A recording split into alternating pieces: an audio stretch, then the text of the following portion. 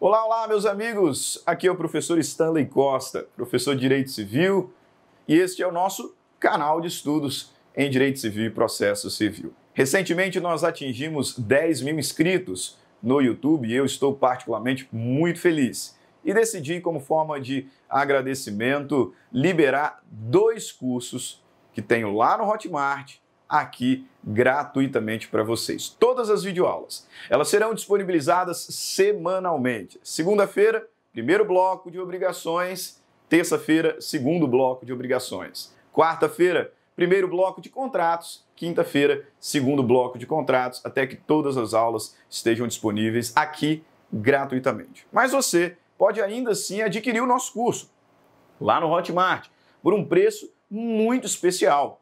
Mais de 50% de desconto. Ah, professor, mas por que adquirir o curso, sendo que as aulas serão disponibilizadas gratuitamente aqui no YouTube? Simples, porque adquirindo o curso você terá acesso a todas as aulas elas já estão gravadas e disponíveis na plataforma.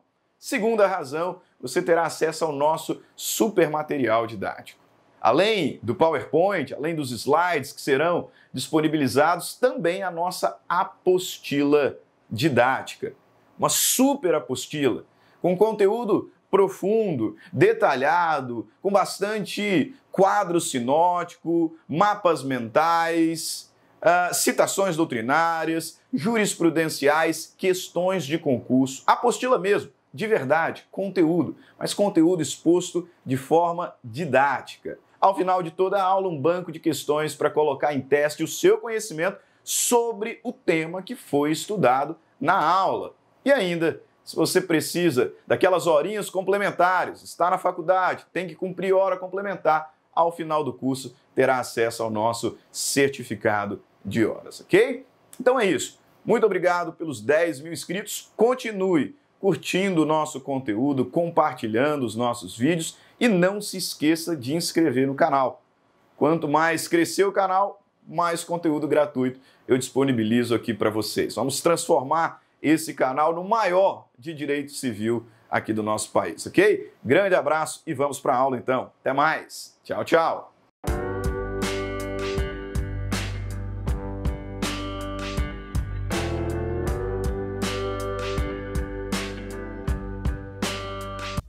Olá, senhores, estamos de volta para o nosso segundo bloco dos estudos acerca das obrigações solidárias. Depois de termos estudado as regras gerais, bem como a solidariedade ativa, passaremos agora a falar sobre o assunto que é um pouco mais delicado, que exige um pouco mais de atenção, que é o da solidariedade passiva. Como você já sabe, a solidariedade passiva se configura quando nós temos múltiplos devedores. Sempre lembrando que a solidariedade não se presume. Portanto, ela decorre da lei ou da vontade das partes. Nós temos vários devedores, todos eles obrigados à dívida inteira. Perfeito? E o primeiro artigo, o primeiro dispositivo legal referente à solidariedade passiva é o artigo 275, onde o legislador nos traz a seguinte redação: o credor tem direito a exigir e receber de um ou de alguns dos devedores parcial ou totalmente a dívida comum. Se o pagamento tiver sido parcial, todos os demais devedores continuam obrigados solidariamente pelo resto. Então, veja bem aqui a premissa básica, a ideia fundamental de solidariedade passiva. O credor ele tem direito de exigir e receber de um, de alguns, e ele não coloca aqui não, mas de todos também, se ele quiser. Eu tenho 5 devedores, se eu quiser cobrar só de um, eu posso. Se quiser cobrar de 2, eu posso. Se eu quiser cobrar de todos, eu posso. Por isso que a solidariedade passiva traz uma segurança muito grande para o credor, porque amplia as suas possibilidades executivas. Ele tem direito de exigir e receber de um, de alguns ou de todos os devedores, parcial ou totalmente a dívida comum. Então, essa aqui é a regra básica. Depois do ponto e vírgula, nós temos um texto aqui que gera um pouco de confusão, mas que a interpretação hoje na doutrina já é pacificada, né? Porque o legislador ele diz assim, que se o pagamento for parcial, todos os demais devedores continuam solidariamente obrigados pelo resto. E isso gera uma dúvida, porque imagina o seguinte, eu sou o devedor solidário com mais 4 pessoas de uma dívida de 500 mil. Aí eu vou lá e pago 5 e os demais continuam obrigados pelo resto? Pelos 495 mil? Não me parece que essa aqui é a interpretação melhor. Na verdade, se o pagamento tiver sido parcial, todos, inclusive aquele que pagou, continuarão responsáveis solidariamente pelo remanescente. Então, todos os demais aqui geram uma certa dúvida, vez ou outra, mas a interpretação, se não unânime, pelo menos majoritária, é de que, inclusive, aquele que pagou continua responsável pelo remanescente. O parágrafo único traz aqui uma regrinha que a gente precisa ter o devido cuidado. Veja bem, não importará renúncia da solidariedade à propositura de ação pelo credor contra um ou alguns dos devedores. Percebam que, ainda que o credor ajuize uma ação judicial em face a apenas um dos devedores, isso não significa que ele está renunciando aos demais. Inclusive, a citação desse um devedor vai interromper o prazo prescricional para todos, diga-se de passagem. Então, se eventualmente, tendo ajuizado uma ação contra um só, eu não tiver êxito, nada me impede de buscar em face dos demais. É o que o parágrafo único está aqui evidenciando para nós. Então, essa aqui é a primeira regrinha. Chamo a sua atenção, porque o objetivo do nosso curso, apesar de ser um curso pontual, é que ele seja profundo, é que seja um curso completo. Então, a gente não para só na lei. Eu quero chamar a sua atenção também para enunciados do Conselho de Justiça Federal, esses enunciados de jornadas de direito civil. E veja bem esse aqui, enunciado 348. O pagamento parcial não implica por si só renúncia à solidariedade, a qual deve derivar dos termos expressos da quitação ou inequivocadamente das circunstâncias do recebimento da prestação pelo credor. O pagamento parcial não implica por si só renúncia à solidariedade. Então, se eu pagar só a minha parte, por exemplo, não significa que eu estou livre do resto. Eu continuo solidário pelo valor remanescente, é o que os doutrinadores entenderam através desse enunciado publicado. Perfeito? Então, dessa maneira, nós invertemos aqui o nosso quadro, né, o nosso exemplo. Agora, a Adriana ela é credora de Maria, Joana, Leonardo e José Pedro, que são devedores solidários de um valor de 400 mil reais, fruto de um mútuo, fruto de um empréstimo. Perfeito? E pela solidariedade, que não se presume, nesse caso decorreu da vontade das partes, os devedores aceitaram ser devedores solidários. Por causa disso, a Adriana pode vir e cobrar tudo de Maria. E Maria vai ter que pagar. Se a Adriana quiser, ela pode cobrar metade de Maria, metade de José Pedro. Isso não interessa. A grande questão aqui é essa amplificação das possibilidades executivas do credor. Porque se ele quiser cobrar tudo de Maria, ele pode. Ou se ele quiser cobrar tudo de Joana, ou só de Leonardo, ou só de José Pedro, Maria e Joana, Maria e Leonardo, faz a conta aí, você que é bom de matemática. Quais são as possibilidades executivas? Enquanto que, se essa obrigação não fosse solidária, mas divisível, ela só poderia cobrar 100, 100, 100 e 100.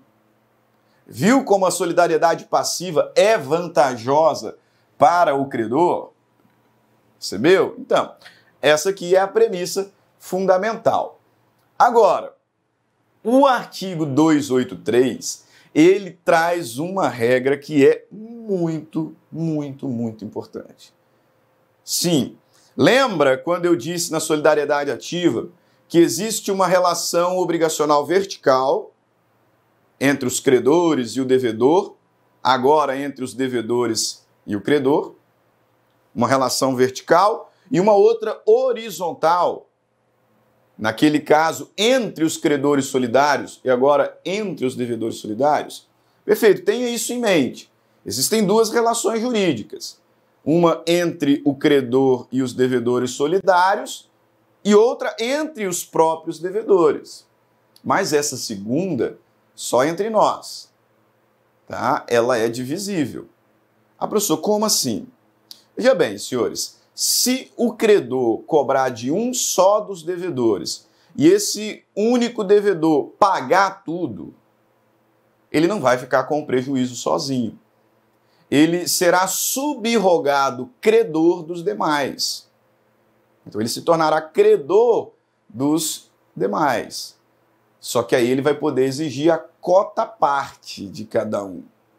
Por isso que eu falei que essa segunda relação ela é divisível. Veja, o devedor que satisfez a dívida por inteiro tem direito a exigir de cada um dos codevedores a sua cota, dividindo-se igualmente por todos a do insolvente. E essa segunda parte é brilhante, porque apesar dessa segunda relação ser divisível, se eventualmente algum devedor for insolvente, ou seja, não tiver como pagar, porque ele tem mais passivo do que ativo,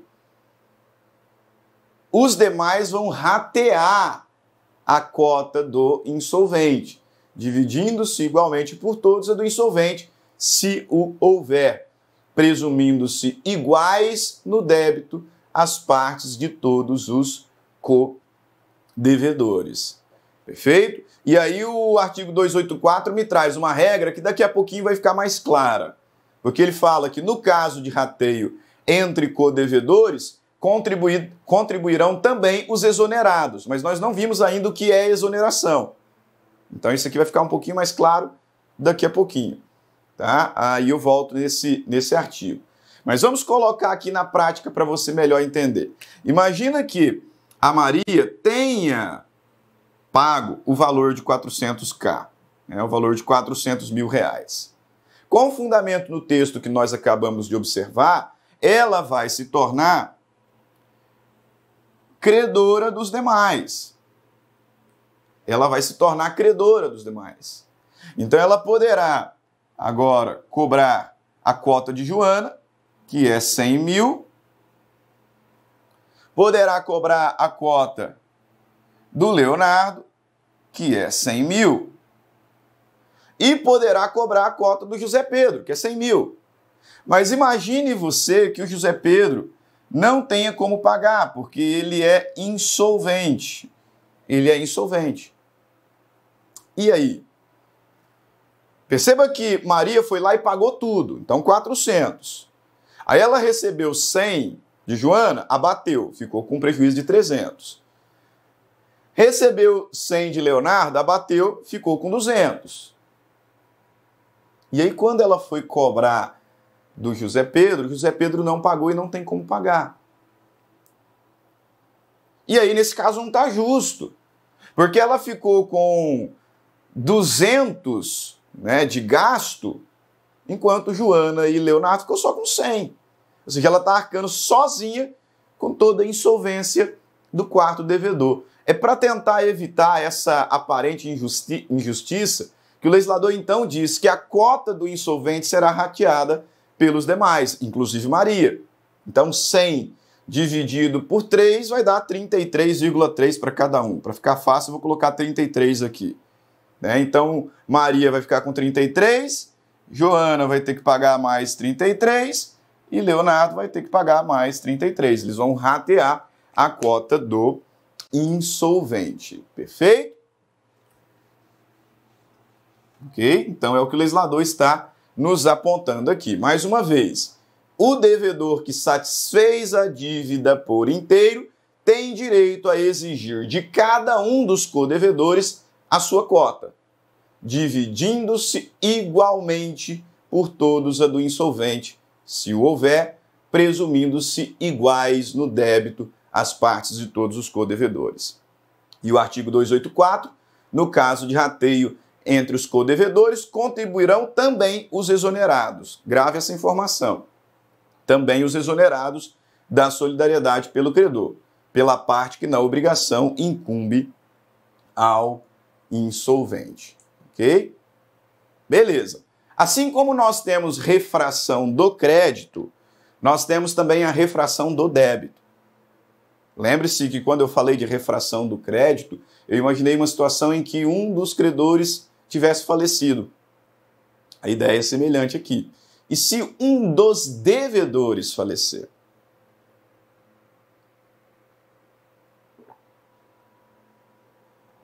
E se um dos devedores falecer? É o que o legislador, né, está nos dizendo aqui no 276.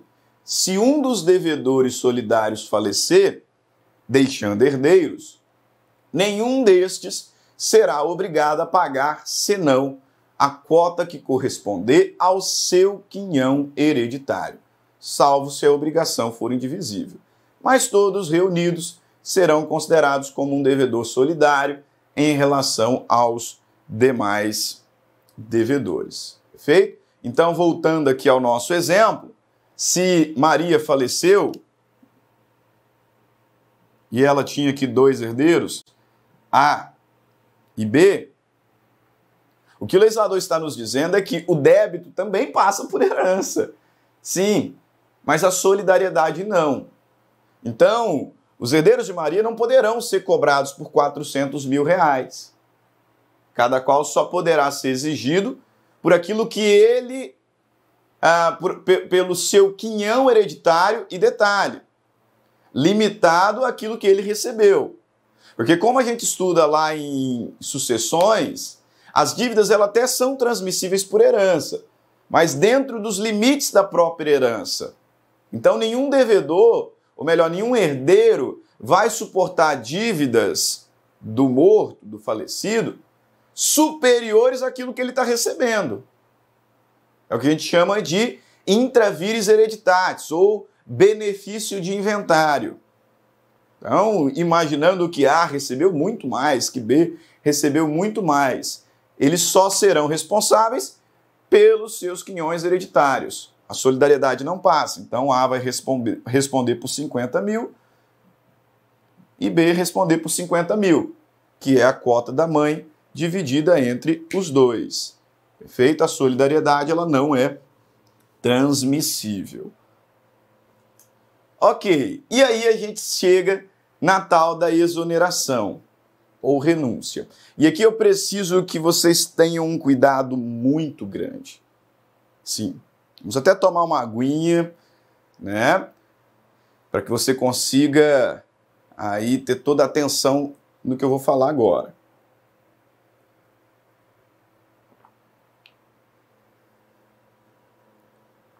Veja bem, renúncia, exoneração, tá? Essas expressões, nesse contexto, elas são sinônimas.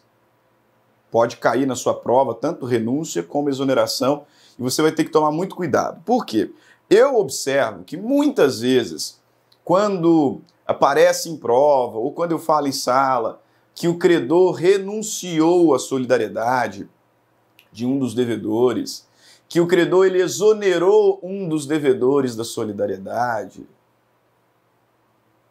comumente os alunos, a pessoa que está fazendo a prova, confunde exoneração ou renúncia com perdão, com remissão. E não é isso.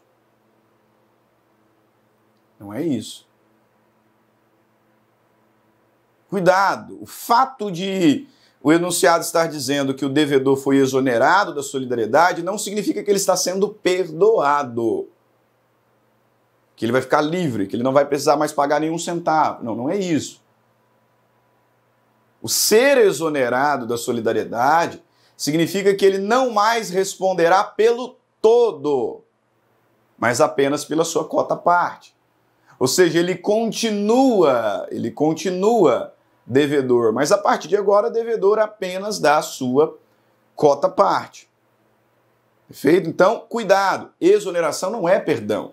Renúncia não é perdão. Tá? Esse instituto aqui, ele não se confunde com a remissão. Daqui a pouquinho eu falo sobre ela. Apenas guarde isso contigo. Veja aí, ó. O credor pode renunciar à solidariedade em favor de um, de alguns ou de todos os devedores. Parágrafo único. Se o credor exonerar a solidariedade de um ou mais devedores, subsistirá a solidariedade quanto aos demais. E nós lemos agora há pouco que a exoneração, né, o devedor exonerado também responde pelo rateio, né? Por isso que eu falei, guarde a informação. Ok, professor. Coloca no quadrinho e aí depois a gente volta aqui nos enunciados do Conselho de Justiça Federal. Vamos lá. Se na sua prova, por exemplo, da OAB, do concurso público, na sua prova da faculdade, cair a informação de que José Pedro foi exonerado, de que nós tivemos aqui uma renúncia, portanto, renúncia da solidariedade, lembre-se, ele não foi perdoado. Renúncia não se confunde com remissão. José Pedro ainda é devedor. José Pedro ainda é devedor, só que agora ele é devedor apenas da sua quota parte.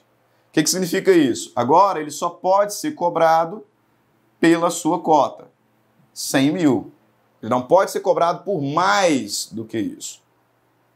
Então ele não foi perdoado, ele não deixou de ser devedor. Ele ficou livre da solidariedade.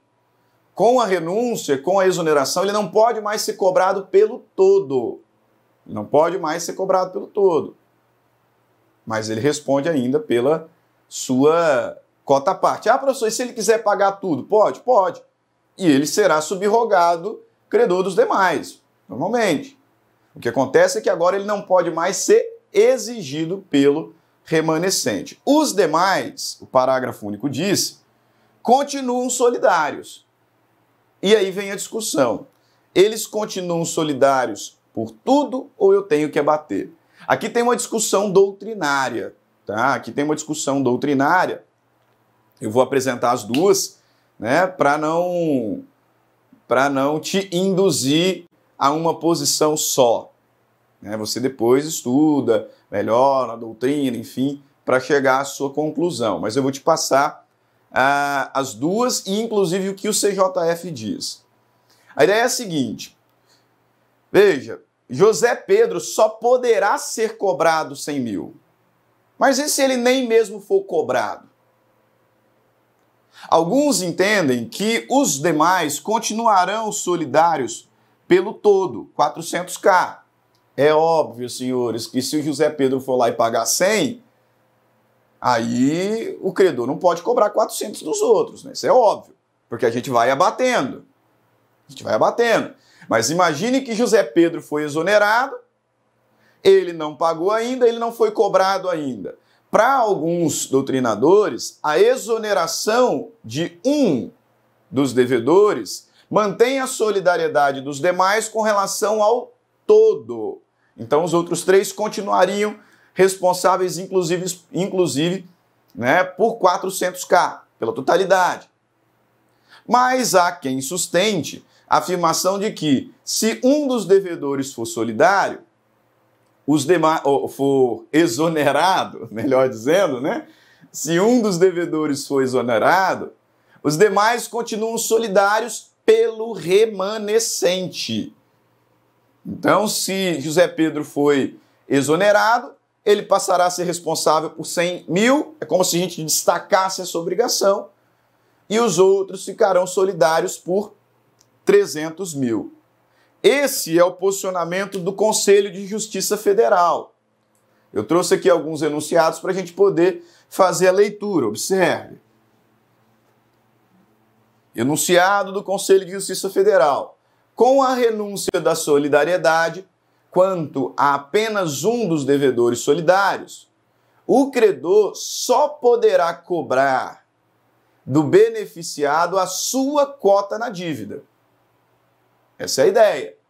Permanecendo a solidariedade quanto aos demais devedores, abatida do débito a parte correspondente aos beneficiados pela renúncia. Então, teria que se fazer um abatimento de acordo com o entendimento do CJF. Enunciado 350, a renúncia à solidariedade diferencia-se da remissão.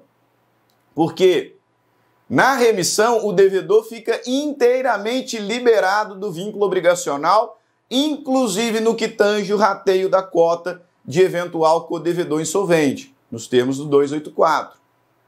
Na renúncia, não. Na renúncia, ele continua devedor só da sua cota parte e vai participar do rateio de eventual insolvente. O enunciado 350 do CJF diz que se for remissão, aí o devedor está totalmente liberado. Enunciado 351, a renúncia à solidariedade em favor de determinado devedor afasta a hipótese de chamamento ao processo. Lá em processo civil a gente aprende que quando há obrigação solidária, cabe chamamento, né? Cabe chamamento ao processo, é o que o enunciado está dizendo. Tá? Então, não se esqueça disso. O devedor eventualmente exonerado, ele passa a responder só pela sua cota parte, ele não responde mais solidariamente, mas se tiver algum insolvente aqui, ele vai participar do rateio da cota do devedor insolvente. O artigo 388, eu dei uma avançada boa, ele fala sobre remissão, porque eu quero que você não confunda renúncia com remissão. Você não confunda exoneração com remissão. Olha o que o legislador diz. A remissão concedida a um dos devedores extingue a dívida na parte a ele correspondente, de modo que, ainda reservando o credor a solidariedade contra os outros, já lhes não pode cobrar o débito sem a dedução da parte remitida. Então, se José Pedro ele foi perdoado, nós tivemos aqui remissão. Se ele foi perdoado, acabou para ele. Eu vou abater aqui os 400 mil, a dívida passa a ser de 300k e os 3 outros continuam solidários pelo remanescente. De acordo com o enunciado do CJF, que a gente acabou de ler, nem mesmo pelo rateio agora o José Pedro responderia. Ele estaria completamente liberado da relação obrigacional. E, para terminar, artigo 279, conversão em perdas e danos, impossibilitando-se a prestação por culpa de um só dos devedores, subsiste para todos o encargo de pagar o equivalente. Então, todos ficam solidários pelo valor, pelo equivalente. Mas as perdas e danos só responde o culpado. E o artigo 280 falando sobre juros de mora. Todos os devedores respondem pelos juros da mora, ainda que a ação tenha sido proposta somente contra um. Mas o culpado responde aos outros pela obrigação acrescida. E agora sim, terminando. Eu dei uma aceleradinha, porque esse aqui é um ponto que merece mais atenção. Artigo 285. Se a dívida solidária interessar exclusivamente a um dos devedores, responderá este por toda ela para com aquele que pagar. Como assim, professor? Se a dívida solidária interessar exclusivamente a um dos devedores.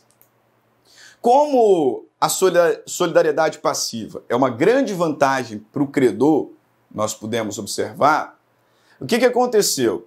A solidariedade ela tem sido utilizada na prática como uma forma de garantia, semelhante à fiança. Só que lá na fiança, regra geral, tem benefício de ordem. Então não é solidariedade, é subsidiariedade. Eu só posso cobrar os fiadores depois que executar o devedor. Essa é a premissa geral.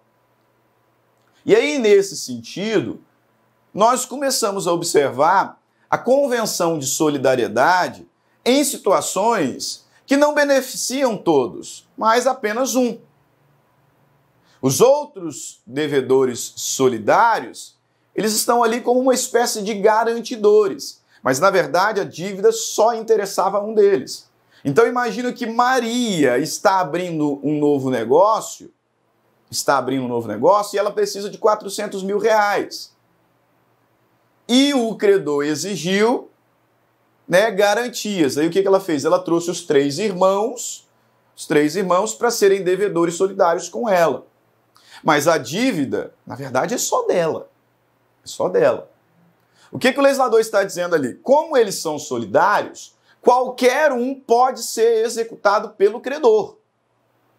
Pelo credor. Então, José Pedro pode ser executado sozinho e ele vai ter que pagar os 400 mil reais.